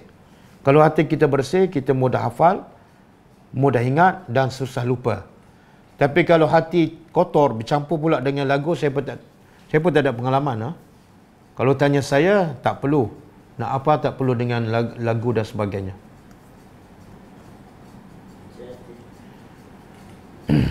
Solat tahajud berapa rakaat yang sebaiknya? Solat malam boleh tak solat hajat dan solat wudu? Solat tahajud ni, kalau ikut Nabi, 11 rakaat. Sebagaimana diriwayat oleh Aisyah radhiyallahu anha, 11 rakaat. Tapi Nabi Aisyah kata, jangan tanya betapa panjangnya solat Nabi dan betapa cantiknya solat Nabi. Makna bunyi 11 tapi kualitinya jangan tanya. Maka sebab itulah ulama kata solat malam ni Nabi tak tetapkan berapa bilangan. Yang penting kualiti solat. Bahkan diriwayatkan Umar bin Abdul Aziz pernah solat malam 36 rakaat. 36 rakaat. Nah sebab itulah yang kita solat tarawih sampai 23 tu katanya itu pendapat Umar Ibn Khattab kan. Kenapa? Sebab Umar melihat semakin ramai masuk Islam, semakin tak larat nak berdiri lama macam Nabi. Nabi solat sebelah tapi setiap satu rakaat Nabi baca panjang. Tapi Umar tengok yang masuk Islam ni ada yang bukan daripada Arab, baca Quran pun tak faham kan. Jadi mereka tak mampu berdiri lama. Maka Umar tukar, iaitu pendekkan bacaan tapi perbanyakkan rakaat. Jadi kalau kita nak baca pendek-pendek, kita boleh perbanyakkan rakaat. Jadi tidak ada dalil yang jelas yang Nabi menghadkan berapa bilangan solat malam. Kalau kita khusyuk solat 10, silakan 10. Package je. Apa tadi? Solat hajat dan sebagainya. Nabi tidak ada package solat malam. Mereka solat tahajud dan dia akhiri dengan solat witir.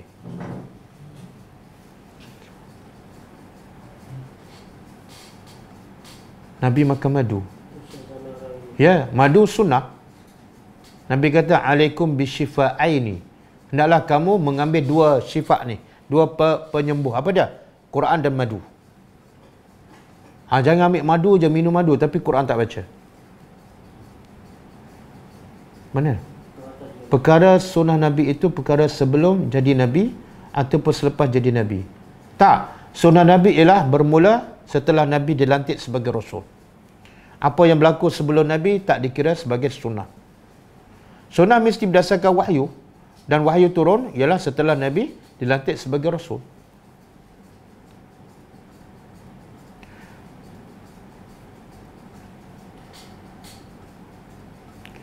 Sejak saya masuk taktik.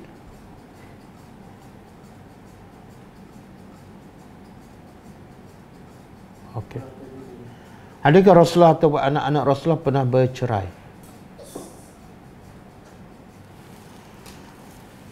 Ada riwayatkan Nabi pernah menceraikan sekejap Hafsah, tapi saya baca pendapat lain yang mengatakan Nabi tak pernah menceraikan, baru nak menceraikan. Adapun anak-anak Nabi SAW saya tak pasti ya, wallahualam. Kena baca balik. Buku apa Ustaz baca? Buku Sirah Nabawiyah As-Sahihah karangan Dr. Akram Dhiya Al-Umari. Solat malam apa? Adakah solat tahajud saja? Dah. Bela kucing dosa kecil ke? Tak, bela kucing bukan dosa. Bela kucing bila tak bagi makan, bila biarkan dia dalam kelaparan, itu yang dosa besar. Bukan dosa kecil. Kalau bela kucing tak bagi makan, menyebabkan dia kelaparan, itu dosa besar. Bahkan Nabi kata dalam hadis, ada wanita masuk neraka sebab bela kucing tapi tak bagi makan ataupun menyeksa kucing. Bagaimana nak buang muzik? Kita dah terbiasa lama sangat, nak buang susah. Tak. Allah kata apa? Fa amma man ata wattaqa wasaddaqa bil husna fasanuyassiruhu lil yusra. Allah bagi kaedah macam mana nak jadi benda yang susah mudah. Apa dia? Fa amma man ata, ada pun orang yang suka memberi. Kaedah pertama, suka memberi. Beri apa ni? Sedekah, bagi senyum pada orang, bantu orang. Wattaqa, dan dia bagi tu asalnya ialah dia bertakwa pada Allah. Kenapa dia bertakwa? Sebab wasaddaqa bil husna. Dia mempercayai semua yang Allah janji. Maka natijahnya apa? Fasanuyassiruhu lil yusra. Allah kata kami akan permudahkan apa yang sukar. Ibadat tu sebenarnya mudah. Kami permudahkan apa yang mudah. Sebenarnya bila dah mudah, tak perlu dipermudahkan. Tapi Allah nak begitu. Benda yang mudah iaitu ibadat. Sebenarnya bagi hati yang keras sukar. Maka caranya apa dah? Banyakkan sedekah. Banyakkan sedekah. Yang kedua, banyakkan belajar agama. Dengan ilmu akan melembutkan hati kita. Dan bila kita seronok dengan ilmu, seronok dengan Al-Quran, automatik kita tak akan seronok dengan benda yang melarakan. Automatik.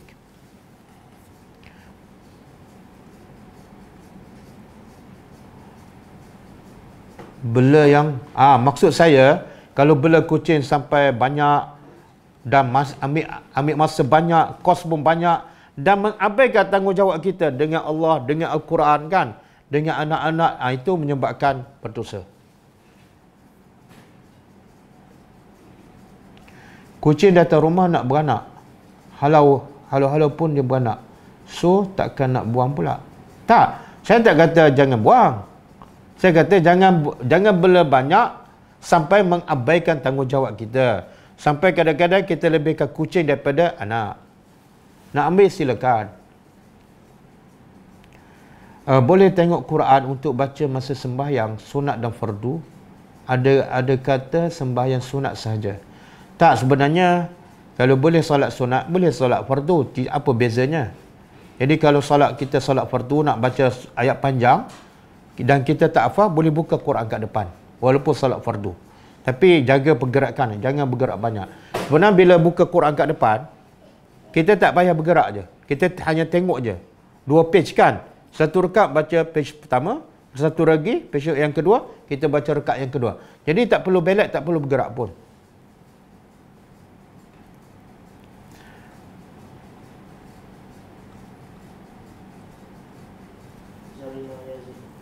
Bolehkah kita anggap kesalahan Nabi adalah sebagai pengajaran? Ya, boleh.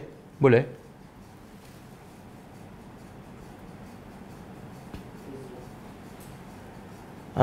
Sebagai seorang wanita, bagaimana kita nak muhasabah diri dengan kisah Nabi? Terutamanya bekerja dengan titik peluh sendiri. Cara saya mana hilang? Cara saya memahami adalah wanita, isteri dan ibu lebih baik bekerja untuk cari duit sendiri. Betul? Betul? Jadi wanita boleh tak ikut cara Nabi bekerja sendiri? Boleh. Kerja online, jual daripada rumah. Barang yang halal dan masuk waktu solat. Boleh. Buat kuih kan?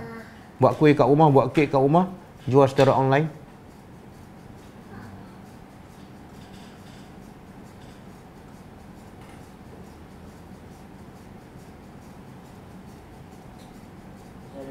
Ada soalan atas. Cuba turun sikit. Ada ke? Tu, apa Imam bin Khalid tu? Okey, Zalina, bolehkah mengaji dengan menetapkan harga sumber pendapatan? Tak digalakkan. Sebab kita mengaji ni, kita kena ingat yang paling besar bukan duit tu. Yang paling besar ialah pahala di sisi Allah. Jadi jangan kita kelabu mata. Allah kata apa? Khairukum man 'allamal Quran, man ta'allamal Quran wa 'allamahu. Orang yang terbaik di kalangan kamu, orang yang belajar Quran dan mengajar. Terbaik di sisi siapa ni? Allah. Jadi kalau Allah sendiri mengiktiraf yang mengajar Quran adalah terbaik, maknanya ganjaran yang Allah sediakan lagi besar, lagi hebat daripada apa yang manusia bagi. Jadi jangan mengharapkan daripada manusia. Percayalah, ya Allah janji lagi hebat. Yang kedua, bila Allah janji hebat, maka dunia takkanlah Allah abaikan kita. Nabi mengajar Quran, tapi Allah apa? Apa Allah bagi pada Nabi? Satu kerajaan di Madinah. Allah bagi apa? Harta rampasan, macam-macam harta dunia yang Allah bagi pada Nabi sebab Nabi menyampaikan Al-Quran. Jadi kalau orang bagi, ambil, tapi jangan tetapkan.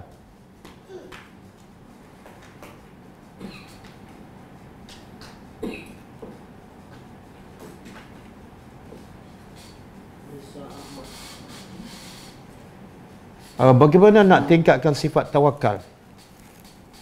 Dan sebenar nak tingkatkan sifat tawakal kepada Allah, kita akan semakin bergantung pada Allah bila tu. Dia analogi, bila kita semakin bergantung pada orang tu, bila orang tu semakin ada kekuatan, betul tak? Fizikalnya kuat, duitnya banyak dan pemurahan. Jadi kalau ada sifat tu, kita semakin bergantung. Dan semakin lemah orang tu, semakin kita tak bergantung. Betul? Jadi macam mana nak tingkatkan tawakal pada Allah? Iaitu bila kita semakin kenal Allah. Allah tak mungkin sama dengan manusia. Allah maha kuat, Allah maha kaya, Allah maha penyayang. Semakin kita kenal Allah, semakin kita nak berserah padanya. Jadi caranya kenallah Allah. Melalui apa dah? Tadabbur Al-Quran, ayat demi ayat. Semakin kita tadabbur Al-Quran, semakin kita kenal Allah. Allah ni hebat, Allah ni maha kaya. Allah sentiasa sayang kepada hamba-Nya.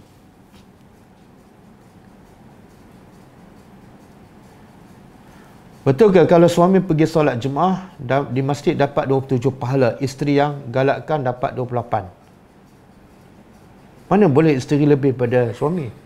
Suami yang pergi, isteri pula lebih. Tak adil lah. Kira dia solat seorang satu, 27. Tak. Yang ada hadis pasal kelebihan solat jemaah 27, satu lagi 25. 28 tak ada. 28 riwayat isteri tu. Dia ada pendapat mengatakan kalau dia suruh suami pergi solat jemaah, suami dapat pahala 27. Kalau dapat 27 lah, maka isteri pun dapat pahala yang sama. Kemudian kelebihan tu isteri solat di rumah kan, dia dapat pahala dia. Campurlah. Bukan 28 lah. Kenapa nak 28? Lebih lah.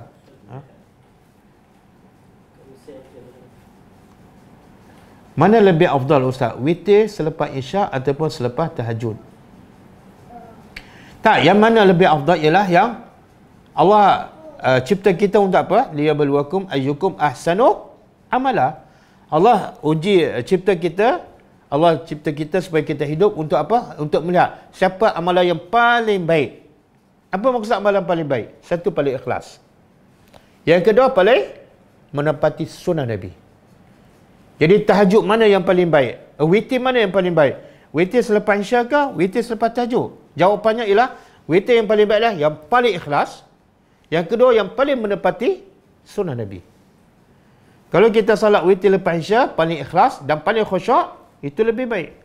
Tapi kalau kita salat witir selepas tahajud, paling ikhlas, paling khusyuk dan dia lebih menepati sunnah Nabi. Sebab Nabi salat witir masa tahajud, maka itu lebih baik. Wallahualam. Saya nak angkat mana lebih afdal, baca Quran lebih banyak dan solat tahajud 2 rakaat saja? Tak, maksud apa ni? Solat malam ke? Okey. Kalau solat malam, mana lebih baik? Baca Quran banyak-banyak waktu malam ataupun solat 2 rakaat? Yang terbaik ialah baca Quran banyak-banyak dalam solat tahajud. 2 in 1. Jadi solat pun dapat, tahajud pun dapat. Ada solat 2 rakaat, baca 2 page. Kan?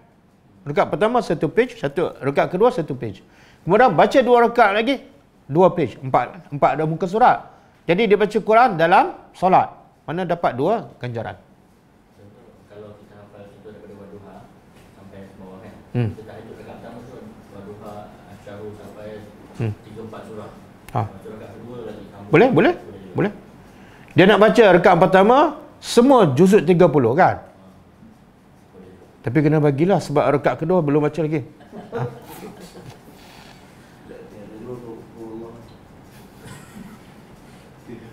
Saya anak angkat, bila saya berbuat baik dan beramal baik, adakah ibu angkat dapat pahala? Tak, ibu angkat akan dapat pahala bukan sebab dia ibu bapa. Dia tak sama pahala ibu angkat dengan ibu sendiri. Tak sama. Sebab apa? Sebab yang menanggung sakit mengandung, penat mengandung, sakit melahirkan, ibu, bukan ibu angkat. Jadi kelebihannya tak sama. Tetapi kalau anak angkat buat baik, ibu angkat dapat tak pahala? Dapat pahala. Bila tu? Kalau yang dia buat tu adalah hasil tunjuk ajar ibu angkat. Apa saja mak angkat ajar pada anak dan anak angkat buat, semua pahala yang dibuat oleh anak angkat akan dapat akan diperoleh juga oleh ibu angkat. Bukan sebab ibu, tapi sebab ilmu yang diajar.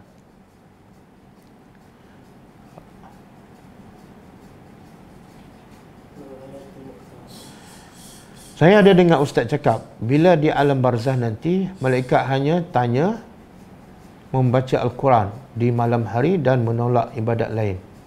Tidak ada, saya tak jumpa dalil bila dah dalam kubur alam barzah, malaikat tanya pasal Al-Quran. Tak ada dalil. Yang ada dalil sahih ialah mereka akan tanya tentang 3 soalan. Siapa Tuhan kamu? Apa agama kamu? Dan soalan tentang Nabi Muhammad. Itu ada hadis sahih. Pasal tanya pasal Quran, tak ada dalil lah. Sebenarnya kalau dah tanya siapa Tuhan kamu, kita boleh jawab. Dan apa agama kamu, kita boleh jawab. Agama aku Islam. Siapa Nabi kamu? Kita boleh jawab. Nabi aku adalah Muhammad. Maknanya, tak perlulah tanya Quran lagi. Betul tak? Amalan kita dengan Quran tergambar dalam jawapan tadi. Ustaz, cara nak mendalamkan cinta pada Nabi SAW. Bagaimana Ustaz? Kerana cinta pada Allah itu lebih mudah terasa. Kerana Allah Maha memberi dan menjaga, tambah lagi menjaga seseorang yatim dari kecil. Maka cinta Allah itu lebih menetap. Tak, cara kita nak cinta pada Nabi ialah tak kenal maka tak cinta. Belajarlah sirah Nabi. Yang kita belajar ni. Kita belum belajar betul-betul bagaimana pengorbanan Nabi. Nabi korbankan kerehatan, kesenangan hidup. Untuk apa? Untuk kita semua. Sehingga Nabi sanggup dimaki, dibaling batu sampai berdarah, diperangi, diusir daripada kota Mekah. Semua kerana kita. Kalau kita belajar satu persatu, kita akan semakin cinta pada Nabi SAW. Jadi belajarlah sirah Nabi satu persatu. Boleh kita ada buat Al-Quran sambil makan dan minum?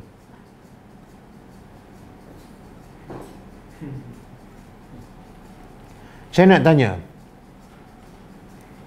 boleh tak boleh tak kita buat kerja kat office sambil kita makan? Boleh ke tak?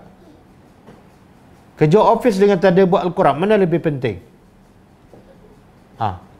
Jadi kalau masa kita bekerja pun tak boleh sambil makan, walaupun kerja dengan orang, walaupun kerja belum tentu baik. Maka nak tadabbur ayat Allah yang sebenarnya lebih penting daripada makan, lebih penting daripada kerja. Sebaik-baiknya jangan campur aduk dengan benda lain. Kita ni kalau tadabbur masa tak makan pun kadang-kadang tak fokus. Ini nak tadabbur sampai makan, lagi kita tak fokus.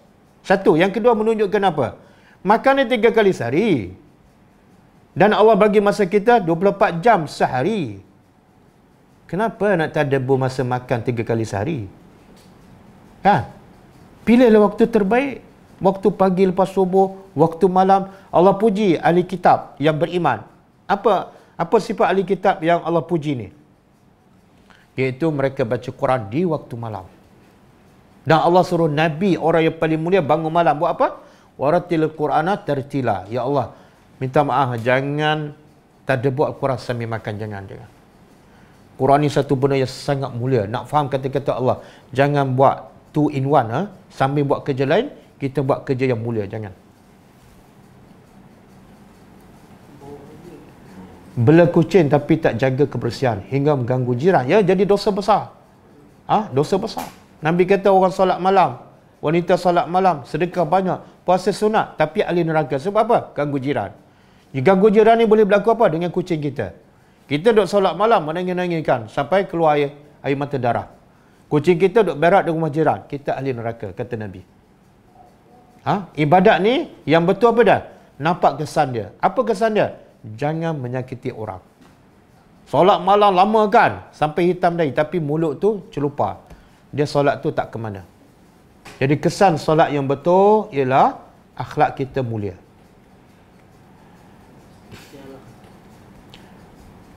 Beza ke maksud ragu dalam Al-Baqarah ayat 2 dengan surah Al-An'am? Tak, sama je. Surah Al-Baqarah la raiba, Allah guna raiba, ragu-ragukan. Yang semalam tamtarun. Ada satu lagi perkataan ragu-ragu ialah syak. Lebih kurang sama makna. Kalau kita raib pada Al-Quran, boleh jadi kafir. Kita raib pada hari kiamat, boleh jadi kafir. Syak pun sama. Kita syak pada Quran, betul ke tak? Pun sama, boleh jadi kafir.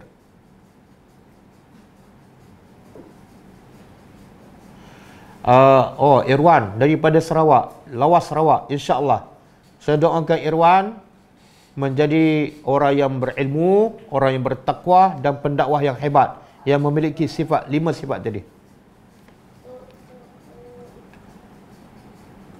Berdosakah Amalina? Berdosakah? Atas tu. Murni. Kalau sujud, jari-jari dirapatkan atau direnggangkan. Okey, kalau sunnah Nabi, bila sujud jari rapat, jari rapat. Bila rokok, tangan letak kat lutut, jari buka. Beza. Bila rokok, jari buka, pegang kepala lutut. Tapi bila sujud, jari rapat dan semuanya menghala ke arah kiblat. Itu sunnah Nabi. Berdosakah kalau kita bela kucing, kemudian bila dah terlalu banyak kita buang ke tempat lain?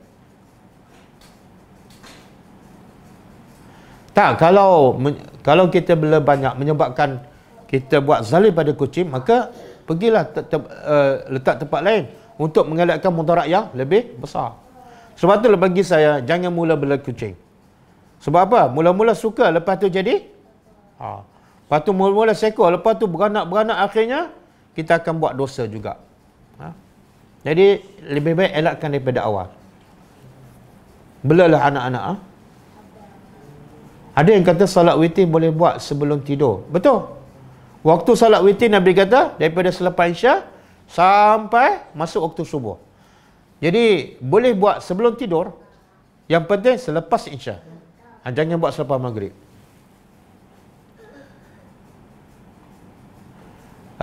Masjid dah diguna, bolehkah salat berjemaah berjarak?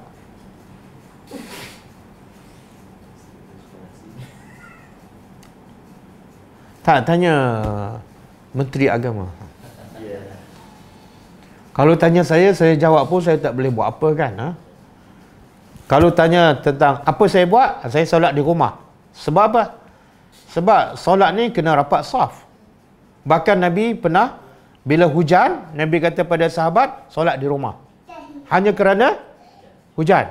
Sekarang COVID kan, wabak COVID ni lebih bahaya daripada hujan. Sepatutnya kalau solat di masjid tapi jarak, alasannya COVID.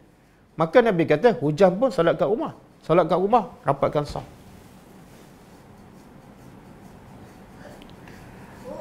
Bagaimana cara terbaik hilangkan penyakit was-was? Contoh banyak kali takbir.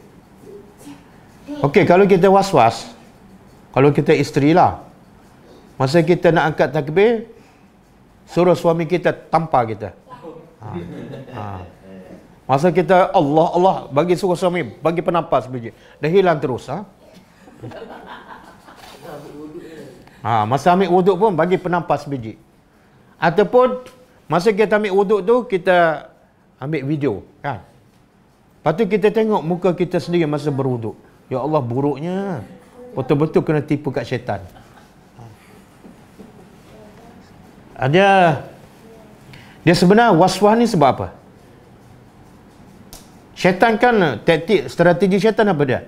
Nak supaya kita buat benda yang salah, tapi dia hiaskan nampak betul. Okey, was-was pun syaitan guna strategi yang sama. Apa dia?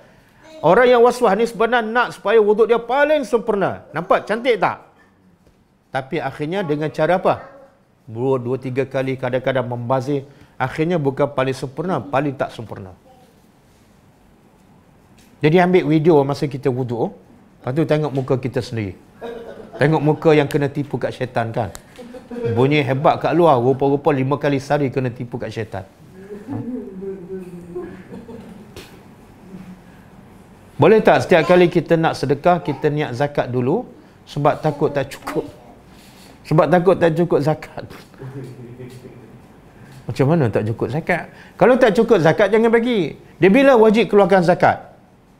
Bila cukup haul, setahun, dan cukup nisab kan? Barulah keluar 2.5. Jadi kalau harta kita dah cukup haul, kita wajib keluar zakat. Jangan sedekah. Jangan sedekah. Keluarkan zakat dulu. Dah habis keluar zakat, baru boleh sedekah. Sebab zakat wajib. Sedekah sunat. Kena utamakan yang wajib. Jadi, apa maksud soalan ni? Bila kita nak sedekah, kita niatkan zakat. Tak boleh. Tak boleh campur adukkan sedekah dengan zakat. Zakat, sedekah. Dia macam ni lah. Boleh tak saya solat sunat subuh, gabung sekali dengan solat subuh? Tak boleh. Solat sunat subuh lain, solat subuh lain. Bagaimana nak buang muzik? Tadi saya dah buang kan? Jika suami ada 2 isteri. Ini tanya siapa ni? Boleh tarik ke suami? Boleh ke tarik suami? Boleh tarik isteri seorang. Salah seorang dapat masuk syurga. Yang lebih tinggi, adakah dia dapat tarik suami dan isteri yang lagi salah? Oh, isteri dapat masuk syurga. Suami dan isteri kedua tak dapat. Sayang tak pada isteri kedua? Sayang tariklah. Tak boleh. Ada hadis sahih. Kalau kita berkawan dengan orang yang baik, kan? Orang baik itu masuk syurga. Orang baik itu masuk syurga. Kita kawan ni tak masuk.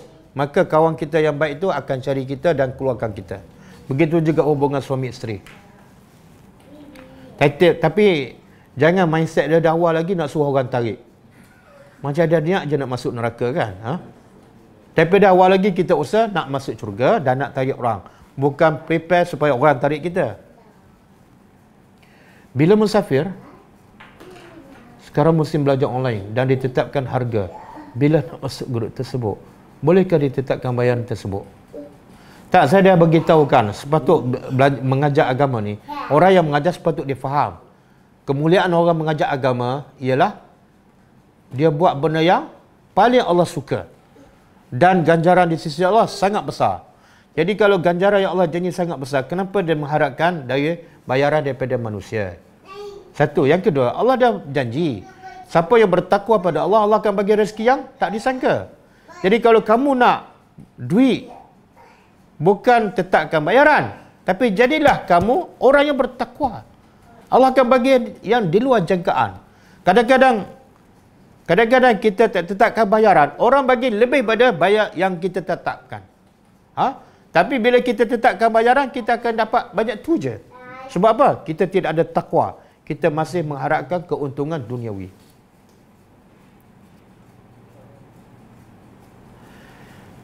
Jadi kalau nak belajar online free, ikut kelas tadabbur saya free. Bila bermusafir dan kita solat jamak takdim ataupun takhir, bolehkah kita solat qabliyah dan ba'diyah? Tak, sunnah Nabi bila musafir Nabi tak buat dah. Solat sunat qabliyah, ba'diyah Nabi tak buat kecuali solat sunat subuh dan solat sunat witir. Itu Nabi buat walaupun musafir. Yang sebelum zuhur, selepas zuhur, selepas maghrib, selepas isya, semua Nabi tak buat bila Nabi musafir. Walaupun tak buat, tapi tetap tak dapat pahala. Ya. Kalau kita biasa buat solat sunat sebelum zuhur, tiba-tiba kita musafir ke Kelantan, seminggu kita tak buat solat sunat sebelum zuhur, kita tetap dapat pahala. Pahala apa? Sebab kita dah biasa buat sebelum tu.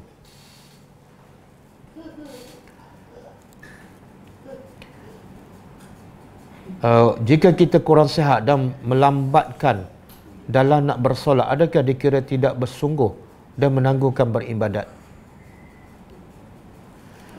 Dia sebenarnya la yukallifullahu nafsan illa wus'aha. Allah tidak akan bebankan mereka setakat yang kita mampu. Jadi solat orang yang sakit, kan? Solat orang yang sakit sama tak dengan solat orang yang sihat? Sebenarnya solat orang yang sakit sesuai dengan keadaan dia, iaitu lebih mudah daripada solat orang yang sihat. Kalau orang sihat kena berdiri, dia sakit tak boleh berdiri, duduk. Kalau orang sihat kena berdiri, dia sakit tak boleh duduk, baring. Sebenarnya semakin dia sakit, semakin solat tu menjadi mudah. Satu. Yang kedua, sebenarnya bila kita badan sakit, tapi hati kita sihat, kita tak akan lambatkan solat walaupun fizikal kita sakit. Sebab solat ni sebenarnya bukan bergantung pada badan sihat ataupun tak, tapi bergantung pada hati sakit ke tak. Berapa ramai yang sakit tapi solat awal waktu, dan berapa ramai yang fizikalnya sihat, solat lambat bahkan tak solat. Nabi Ayub AS sakit, tapi tak pernah melewatkan ibadat ataupun perintah Allah Subhanahu wa taala. Dah. Okey, tak ada? Jadi kita cukup setakat ni. InsyaAllah kelas kita akan datang ialah besok pukul 10.30 kita sambung tadabbur surah Al-A'raf. Kita tutup dengan membaca tasbih kafarah. Subhanakallahumma wa bihamdika asyhadu an la ilaha illa anta astaghfiruka wa atubu ilaik. Assalamualaikum warahmatullahi wabarakatuh.